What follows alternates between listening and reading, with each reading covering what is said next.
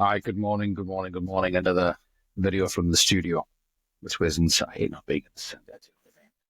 Why is it bullshitty? Um, we're going to talk about Vox Populi, and why that is important.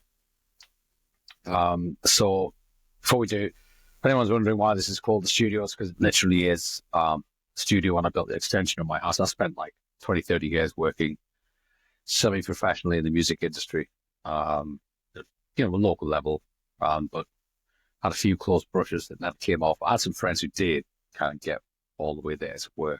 And when I built my extension, I built a small mixing suite so I could continue to work and do mixes and session work and singles for people and not have to pay a fortune. It's currently filled with, I think, 1, 2, 3, 9, 12 guitars in here. Is that number 13? Is that case? Yeah, that's 13. There's a one in that case over there. There's another one downstairs. And there's about 3 in the loft.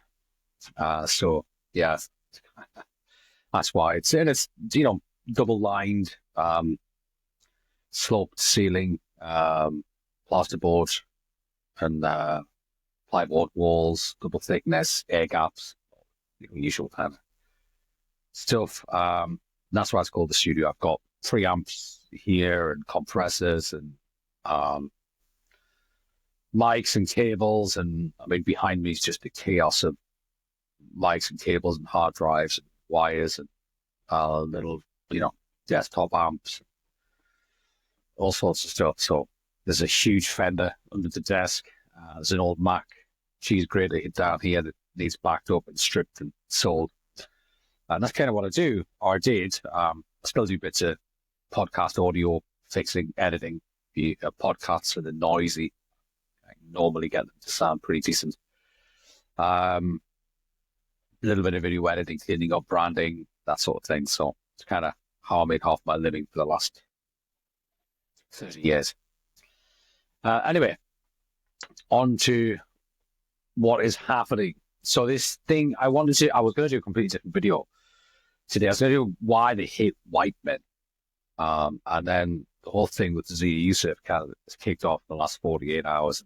I thought I'd kind of talk about that.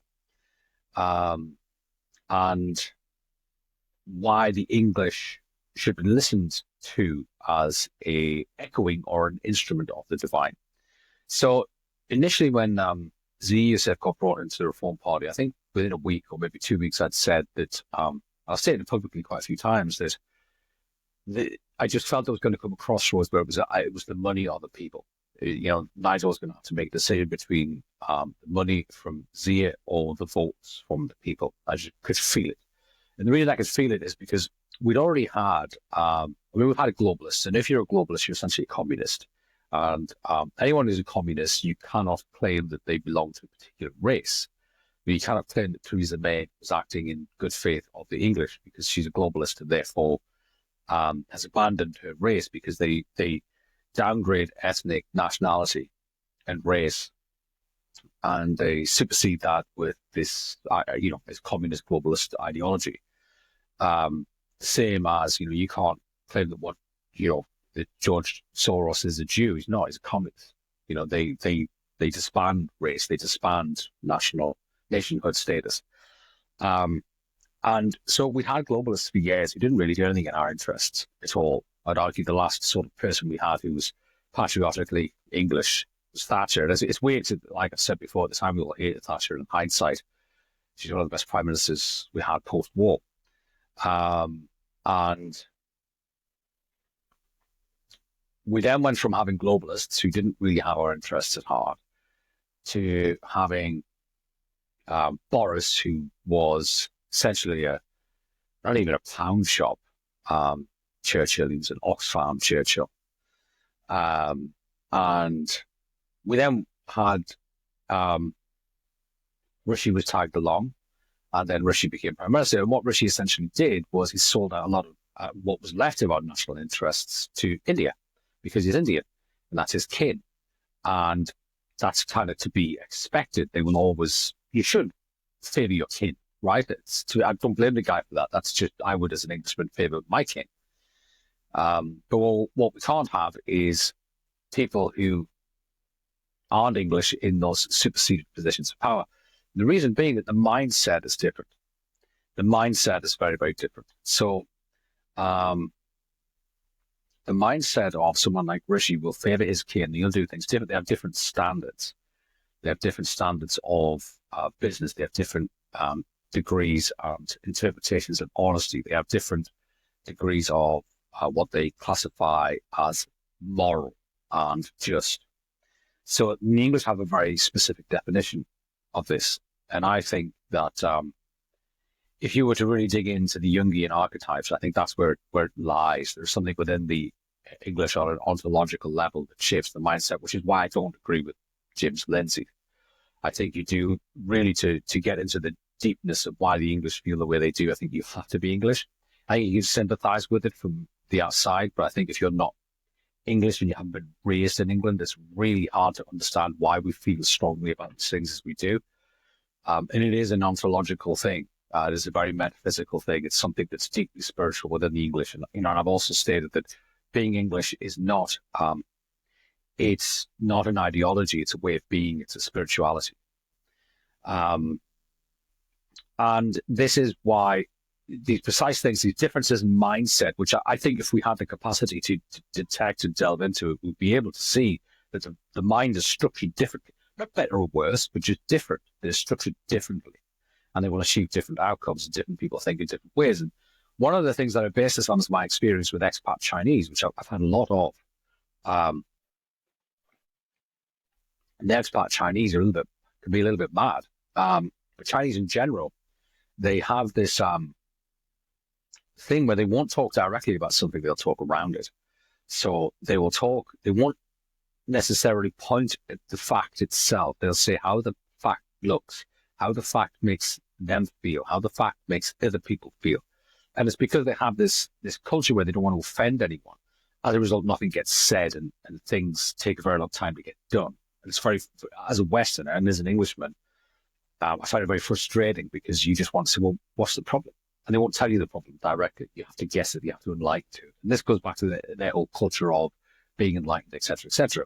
But you find Asian nations are very similar. They won't point at the bush and say that the bush is on fire. They will talk about all of the things that the bush is doing and all of the things that are happening because the bush is on fire, but they won't actually tell you that the bush is on fire.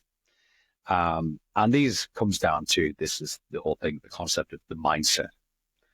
And I saw when Zia got appointed, I just saw then, no, that this won't stick, because what is happening is a grassroots English movement, and it will be English. It is confined to England. The Welsh will get pulled in out of dissatisfaction because Labour is so bad. But it's a grassroots English movement, and it will be speared and pushed by the people. And there will come a point where decisions are made that are against what we want. Now, what we have had since the war is managed leadership, i.e. you are the ignorant, great unwashed, and we will tell you what to think and what to do. In that sense, Nigel isn't very much different. He will latch onto a subject that is important to us, but he will then tell us how we should think, feel, act, and do about that decision. And that's not necessarily what we want. And I think we have been, as long as our political leaders were aligned with us, we were happy to let them get on with it for the last sort of 200 years, 250 years. But in the last 70 years, they have increasingly become less and less aligned with us. And we're not happy to let them get on with it anymore. That's the thing. We want things done a certain way. And we want mass deportations, at the very least, of not only just the criminals, but the majority of people who came since Boris Johnson took power. That's what we want as our starting point. And we won't settle for anything less. And I think this is a mistake that Nigel is making, that he can latch on to a few populist subjects, gain power, and then do it the way that he sits best to draw in the least criticism. And if you watch him talk about these things, he's clearly afraid. He's clearly afraid of going down certain routes. He's clearly afraid of being labeled Hitler. He's clearly afraid of being labeled racist because it's obviously at some point caused them some damage, psychological damage, where someone like Rupert Law just doesn't give a toss. And I think that in doing that, and Nigel going down that road, he will separate from the people.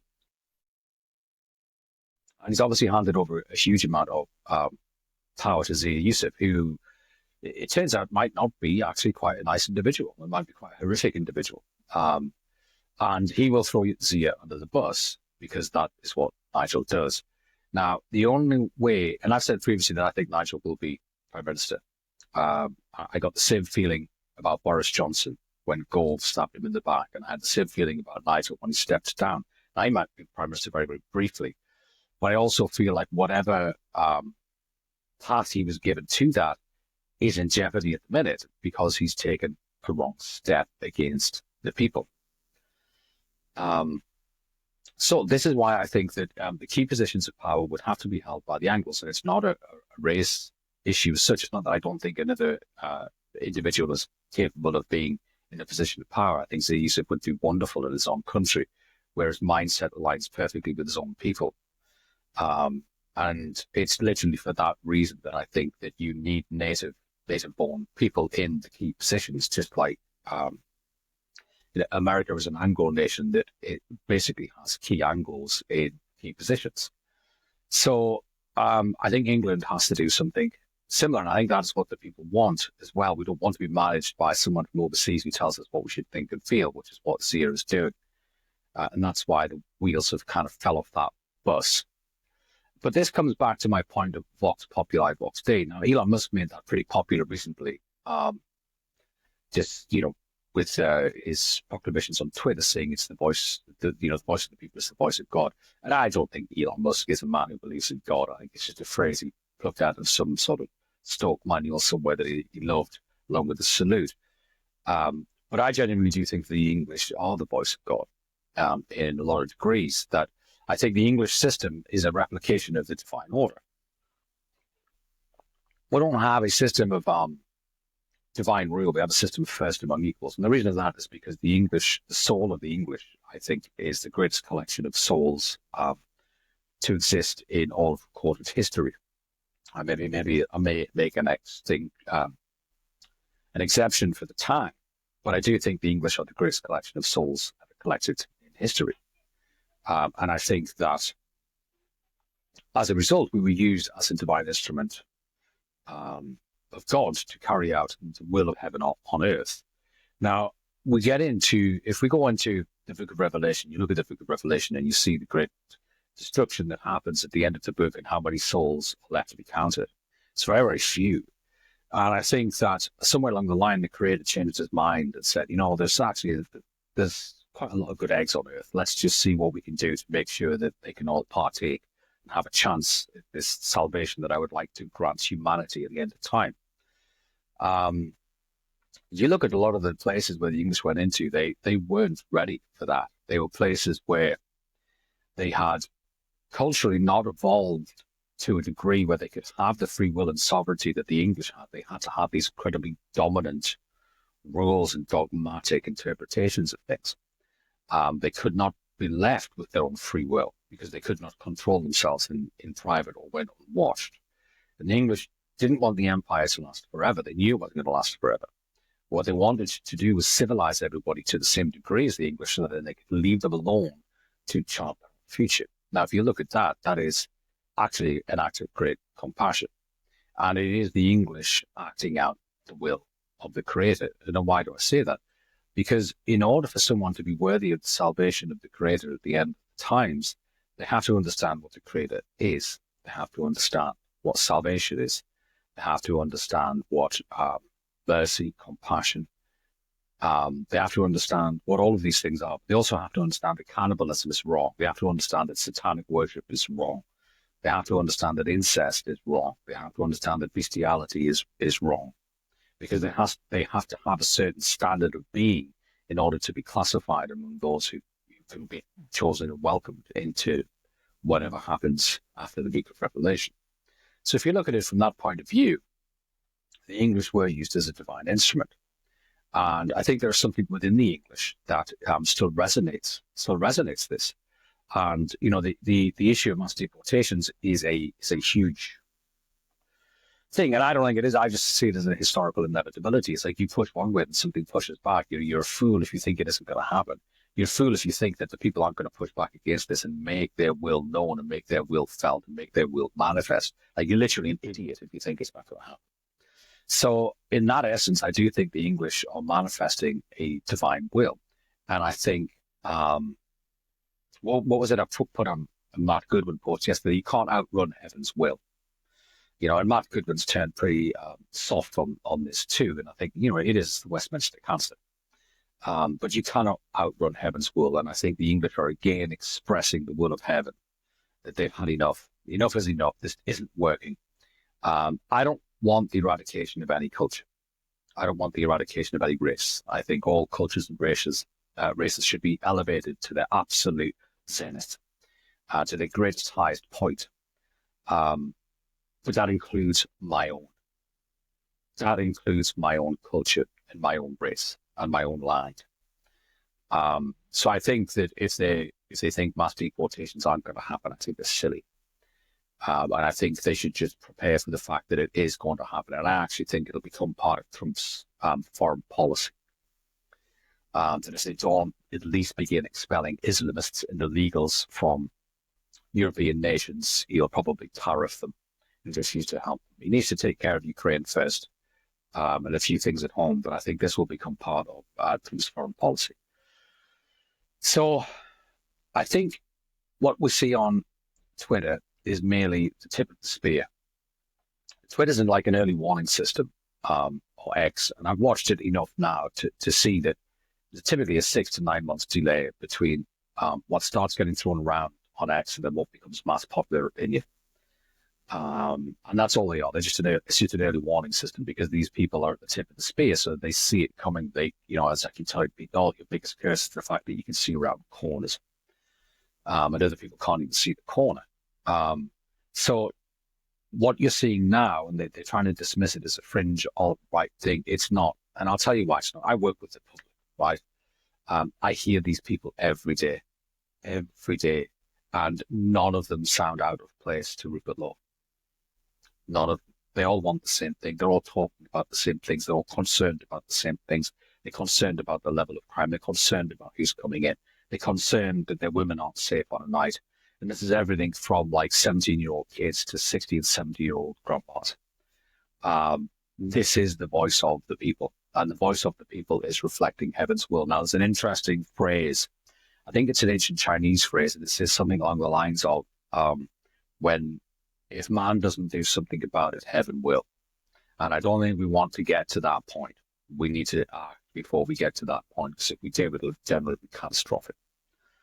So, yes, Vox Populi, Vox Dei, that is the English.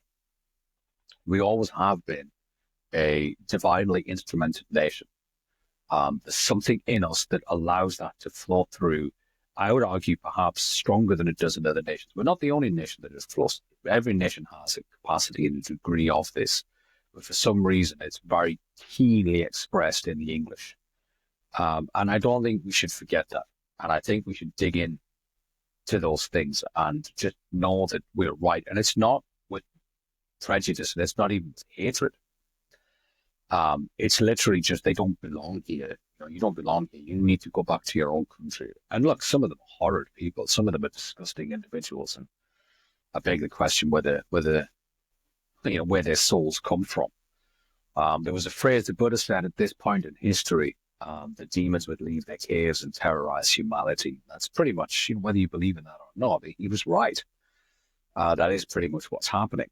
And we are throwing away our nation. Now, there will come a time when we can do something about it. And I think that time will come incredibly soon. There'll be national strikes, there'll be marches, there'll be civil disobedience things. I don't think Starmer's going to last. I don't think Labour's going to last. And I think if Nigel doesn't change his tack, democratise his party and make it an actual political instrument of the will of the people, then Nigel won't last either. You'll have a year or so in government to be kicked out. And as he's currently heading, Nigel's going to end up being a pound shop Boris. And this could be the end of Nigel Farage. That future that I saw for him all those years ago could be rescinded, because he's been so weak and he has essentially supined himself to foreign influence, foreign money. We don't want that any longer. We're tired of being told what to do. We're tired of being overtly top-down managed by people who, quite frankly, aren't worthy to call themselves Englishmen in most cases.